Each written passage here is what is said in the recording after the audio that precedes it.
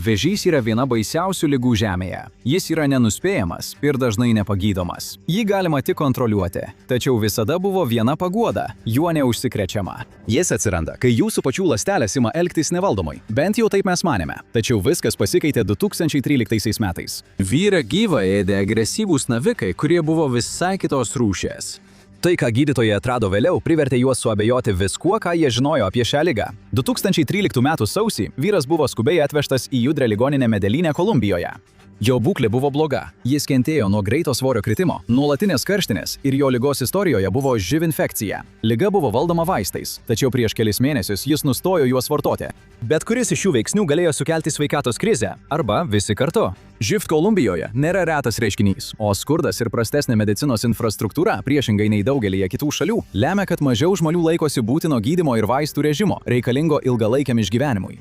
Pradiniai simptomai – nuovargis, kosulys ir svorio kritimas – atitiko šią diagnozę. Tačiau tinimas buvo neįprastas šalutinis poveikis. Ir jie dar labiau nustebo, kai įsižiūrėjo atidžiau. Buvo aišku, kad vyras sunkiai serga, todėl jam buvo atlikta daugybė tyrimų. Paaiškėjo, kad vyro živ viruso krūvis buvo smarkiai padidėjęs. Buvo paimti išmatų mėginiai ir jie parodė, kad jo virškinamajame trakte buvo kaspinuočio infekcija. Tiksliau tai buvo Himenolepis nana – nykštukinis kaspinuotis. Dažna rūšis žmonėms, ypač vidutinio klimato zonose. Tačiau labiausiai nerimą kelianti vyro būklės dalis pasirodė rentgeno nuotraukose. Jo kūnas buvo nusėtas navikais. Vyro kvėpavimas buvo labai apsunkintas, kas nesutapo su kitomis galimomis jo būklės priežastimis. Rentgeno nuotraukose matėsi, kad akivaizdus vėžys buvo susitelkęs plaučiuose ir limfmazgiuose. Nors kai kurie navikai yra gerybiniai ir juos galima saugiai pašalinti, toks gausus jų kiekis dažniausiai reiškia piktybinį vėžį, todėl greitai buvo paimtos biopsijos. Išnagrinėjus vėžio ląsteles pro mikroskopą, atvejis tapo vis keistesnis ir keistesnis. Ląstelės visiškai nebuvo panašios į įprastas vėžio ląsteles. Iš tikrųjų, jos net neatrodė žmogaus kilmės. Vyras greitai silpo. Keistos svetimos ląstelės sukėlė golfo kamuoliuko dydžio navikus jo limfmazgiuose, todėl jam buvo sunku net pasukti galvą. Jo kvėpavimas darėsi vis sunkesnis. Įprasta ūminio vėžio chemoterapija čia nepadėtų. Daugiausia todėl, kad niekas nežinojo, kaip cheminis kokteilis veiktų prieš parazitinę infekciją. Tačiau jo palikimas kaip vieno keisčiausių medicinos atvejų istorijoje tik prasidėjo. Tikra medicinos paslaptis ligoninėje yra retas dalykas. Tiems, kurie bando išgelbėti gyvybę, tai gali būti tikras košmaras. Patologams tai gali būti išsipildžiusi svajonė. Ir kai tik buvo pasitelkti galingesni mikroskopai, tapo aišku, kad tai nebus atvejis, kurį būtų galima išspręsti ligoninėje. Biopsijos rezultatai buvo vieni iš labiausiai gluminančių, kokius tik kas nors ligoninėje buvo matęs. Šios mažytės ląstelės buvo iki 10 kartų mažesnės nei įprasta vėžio ląstelė, todėl tyrimo vaizdas buvo, švelniai tariant, painus. Ligoninė buvo išsiuntusi tyrimų vaizdus patologams kitose ligoninėse ir tyrimų centruose, su kuriais palaikė ryšį. Vienas iš tų mokslininkų buvo daktaras Etis Muhlenbachas, tyrėjas ir patologas iš ligų kontrolės ir prevencijos centrų. Net ir Muhlenbachui tai buvo keistas vaizdas. Biopsijos mėginiai neatitiko jokios būklės, kurią jis buvo matęs anksčiau. Jie atrodė kaip sluoksniai ir gumulai glaudžiai susitelkusių ląstelių, kurios elgėsi visiškai kitaip nei žmogaus vėžio ląstelės. Iš pradžių jis net manė, kad tai gleivūnas. Buvo aišku tik viena – ląstelės judėjo. Kaip ir kitos vėžio ląstelės, jos sparčiai dauginosi. Jos taip pat dar pavojingesnių būdų nei dauguma žmogaus vėžio ląstelių išstūmė savo konkurentės. Muhlenbachui tai atrodė kaip potenciali egzistencinė grėsmė. Kolumbijoje vyras toliau gulėjo ligoninėje. Jo būklė liko paslaptis. Kadangi tariamas vėžys netitiko jokių medicininių įrašų, ligoninė buvo priversta sutelkti dėmesį į paliatyviąją priežiūrą. Praeis daugiau nei 2 mėnesiai, kol šiame atveju įvyks pirmasis proveržis. Ligų kontrolės ir prevencijos centras, CDC, atliko plataus spektro PGR tyrimus su mėginiais paimtais iš Kolumbijos ligoninės, ieškodamas genetinės medžiagos, galinčios parodyti įvairias galimas priežastis. Tačiau kai galiausiai buvo gauta DNR iš naviko audinio, ji nesutapo su jokiu žmogaus DNR. Taip, vyras sirgo vėžiu, bet tai nebuvo jo vėžys. Tai buvo iš jo organizme buvusios kaspinuočio invazijos. Pirmą kartą svetimas organizmas, atrodo, sugebėjo perduoti vėžį žmogui, sukeldamas naują ir keistą ligą. Tas rezultatas visiškai pakeitė tyrimo kryptį, paversdamas įprastą ligos tyrimą kur kas labiau neraminančių reikalo. 2013 metais Kolumbijos gydytojai bandė jam diagnozuoti smulkių ląstelių plaučių vėžį. Žinoma, ląstelės buvo mažesnės nei įprastai, bet tai buvo pakankamai panašu. Kai diagnozė buvo pagaliau nustatyta ir buvo identifikuota kaspinuočio DNR, jau buvo per vėlu. Vyro būklė buvo smarkiai pablogėjusi, nes vėžys buvo išplitęs po visą kūną. Jis buvo prikaustytas prie lovos, vos galėjo kvėpuoti, o po 72 valandos mirė, net nespėjus sukurti gydymo plano. Tačiau paslaptis išliko. Ji išliks beveik 300 kartų ilgiau nei vyro likęs gyvenimo laikas. Jis gyveno tik dar 3 dienas po diagnozės, tačiau mokslininkams prireikė 2,5 metų, kad atliktų visą genetinį sekvenavimą reikalingą kaspinuočio vėžio mutacijoms nustatyti. Per tuos 2 metus keli skirtingi testai parodė teigiamą žmogaus DNR rezultatą, tačiau visi jie buvo klaidingi. Kaspinuočio ląstelės buvo pakankamai panašios į smulkialąstelinį plaučių vėžį, todėl klaidingi rezultatai buvo perduoti kelis kartus. Mokslininkai nepastebėjo užuominų, kurios buvo tiesiai prieš juos. Tačiau tuo metu, kai gydytojai ir tyrėjai tyrinėjo vyro plaučius, tikrasis siaubas dėjosi jo žarnyne. Kaspinuotis yra vienas bjauriausių gyvų padarų. Jis apsigyvena žmogaus virškinamajame trakte, minta tais pačiais maistinėmis medžiagomis, kurias žmogus suvalgo, ir auga. Dėl to įsigijo makabrišką gerbėjų ratą kaip svorio metimo priemonė. Žinoma, skirtingai nei dieta ir mankšta, kaspinuotis yra kelia realų pavojų savo šeimininkams.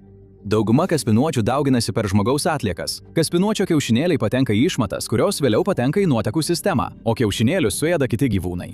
Kaspinuočio lervos įsirita šiuose tarpiniuose šeimininkuose, prieš surasdamos naujus žmogaus šeimininkus ilgam suaugusiojo gyvenimo ciklui.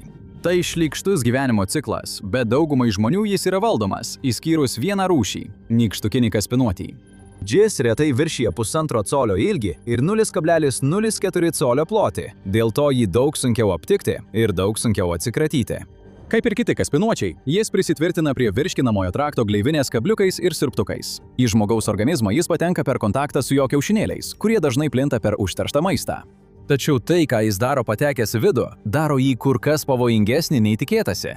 Jis nesustoja. Palankiame šeimininkė kiaušinėliai gali būti padėti, išsiristi ir pradėti ciklą iš naujo. Retai pasitaiko, kad vienas žmogus turėtų daugiau nei vieną kitos rūšies kaspinuotį, todėl kai kuriais atvejais parazitas gali užaugti iki bauginančio ilgio.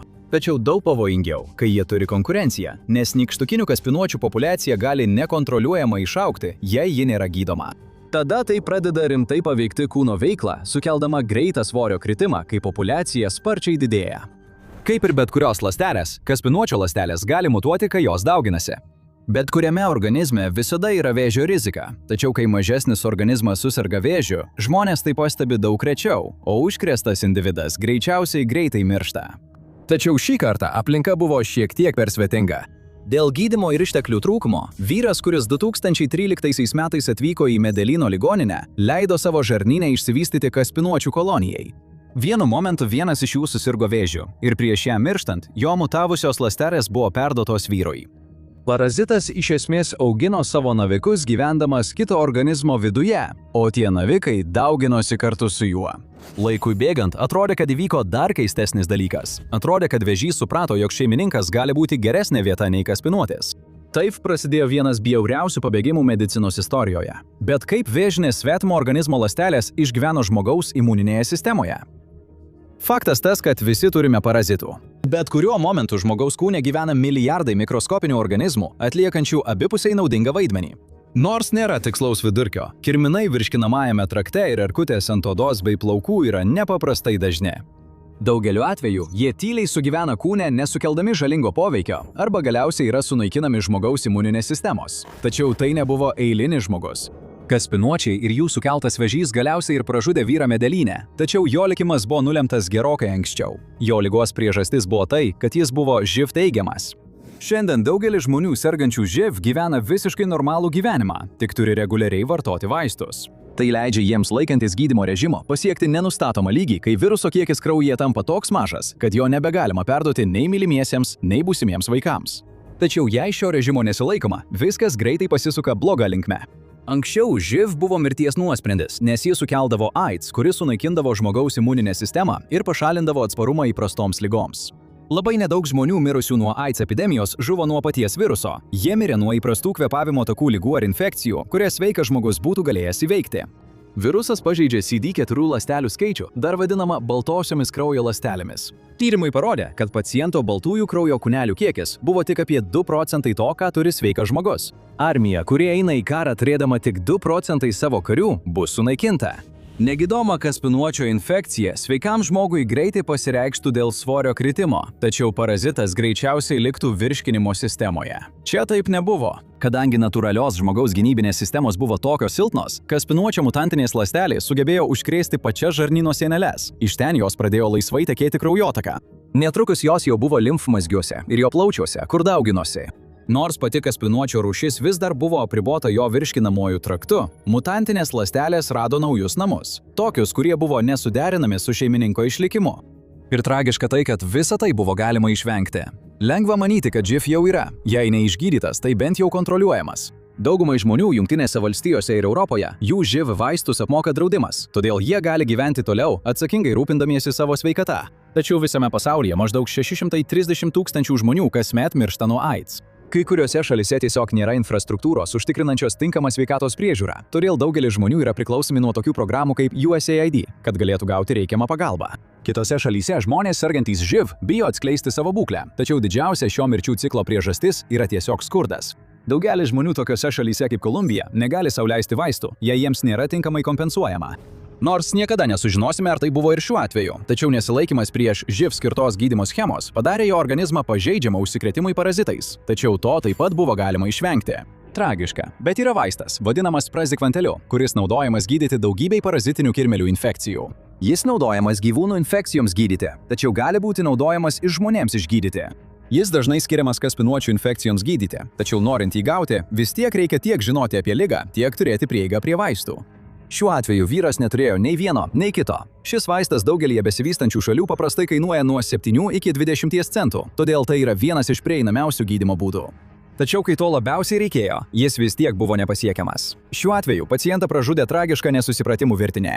Niekas nežino, ar vyras buvo jo būklėje jau buvo per sunki, kad būtų galima jį išgelbėti, kai jis atvyko. Dėl živjo viruso kiekis kraujyje sparčiai didėjo ir galbūt buvo praėję per daug laiko be gydymo, kad būtų galima veiksmingai tai pakeisti. Tačiau kaspinuočio užkrėtimas, kuris galiausiai lėmė jo mirtį, galėjo būti išgydytas už mažiau nei vienos vandens butelio kainą. Jei šis vyras būtų gyvenęs šalyje, kurioje skurdo lygis mažesnis ir sveikatos apsaugos sistema stabilesnė, jis tikriausiai būtų buvęs išgelbėtas gerokai anksčiau, nei situacija pasiekė šį tašką. Juo būtų rūpinęsis gydytojas, stebintis jo živ gydymą, kuris būtų su juo susisiekęs gerokai anksčiau, nei jis kelis mėnesius būtų likęs be vaistų. Kai jis atvyko su kaspinuočio infekcija, kuri virto svetimų vėžiu, prieiga prie pasaulinio lygio patologų jau nieko nebereiškia. Nė viena ligoninė pasaulyje nebūtų galėjusi to diagnozuoti anksčiau, nepasitelkus specializuotos pagalbos. Kažkas panašaus dar niekada nebuvo nutikę. Ir baisiausia tai, kad tai pasikartos. Kai žmonės perskaitė keistą atvejį apie vyrą, kuris užsikrėtė kaspinuočio vėžiu, daugelis jų klausė savęs, ar tai galėtų nutikti man? Ir atsakymas yra ne, bet taip pat ir taip. Šio vyro patirti siaubai buvo daugelio skirtingų lygmenų nesėkmių mišinys. Jo sveikatai buvo leista taip pablogėti, kad infekcija tapo nevaldoma. Tada jo ligoniniai trūko išteklių greitai diagnozuoti ir gydyti jį. Atstumas ir tiesioginio prieimo stoka apsunkino CDC pastangas diagnozuojant jį. H. yra vienas iš dažniausiai pasitaikančių parazitų pasaulyje, kasmet užkrečiantis iki 75 milijonų žmonių visame pasaulyje. Daugeliu iš jų tai būtų tik šiek tiek erzinanti infekcija, kurią galima išgydyti vaistų kursu. Kitiems, kurie neturi tokios galimybės, tai bus nuolatinė liga, galinti sutrumpinti jų gyvenimą. Tačiau tarp 75 milijonų žmonių, tai yra maždaug tiek, kiek sudaro bendras Jungtinės karalystės ir Airijos gyventojų skaičius, tikriausiai yra daug živ užsikrėtusių žmonių, ypač besivystančiose šalyse. Dabar kiekvienas iš jų gali būti pažeidžiamas. Remiantis tuo, kas žinoma dabar, vyro susirgusio kaspinuočio vėžiu atvejis nebuvo naujos parazitinės epidemijos pradžia ar keista mutacija užvaldanti rūšį. Vietoj to, parazitas darė būtent tai, ką visada daro – maitinosi, augo, mutuodavo ir dauginosi. Skirtumas buvo šeimininko viduje esančioje aplinkoje, kuri leido tiems procesams nekontroliuojamai įsibėgėti. Rezultatas buvo retas, trikdantis ir mirtinas vienam žmogui. Tačiau tai taip pat sukėlė platesnį susirūpinimą. Esant tinkamoms sąlygoms, panašus pažeidžiamumas galėtų pasireikšti ir kitiems pacientams visame pasaulyje. Blogiausias scenarijus, kurio daugelis bijojo, kai pasirodė žinia apie keistą atvejį, laimiai neišsipildė. Nėra naujos vėžio formos, kuri būtų tiesiogiai peršokusi iš kaspinuočio į žmogų. Vietoj to, mes atrandame nerimą keliantį naują mūsų pačių organizmo pažeidžiamumą. Jei mūsų natūralus imunitetas tampa pakankamai silpnas, tampame pažeidžiami ne tik dėl to, kad mūsų pačių ląstelės gali pradėti veikti prieš mus, bet ir dėl to, kad parazitai gali užkrėsti mus savo ląstelėmis. Ir tai reiškia, kad mums gali tekti iš naujo permastyti, kas iš tikrųjų yra vėžys. Pirmą kartą mes pamatėme, kaip svetima ląstelė auga žmoguje, naudoja jo kraują ir organizmo vidinę terpę, kad augtų ir galiausiai nužudo šeimininką. Tai nebuvo suplanuota parazitinė infekcija. Tai prilyksta tam, kai kažkas nueina į valgyk kiek nori bufetą ir persivalgo iki blogumo. Tas vyras buvo ypač pažeidžiamas, o mutavusios kaspinuočio ląstelės buvo ypač godžios. Bet jei tai galėjo nutikti kartą, gali nutikti ir vėl. Todėl patologai visur dabar kiekvieną biopsiją nagrinės šiek tiek atidžiau, jei kartais tai nėra žmogaus kilmės liga, su kuria jie susiduria. Tai nėra vienintelė medicininė siaubo istorija susijusi su parazitu. Kai kurie jų visiškai perima kontrolę. Žiūrėkite vaizdo įrašą apie skausmingiausius žmogų užkrečiančius parazitus, jei norite sužinoti visas šiurpias detalės, arba spauskite šį vaizdo įrašą.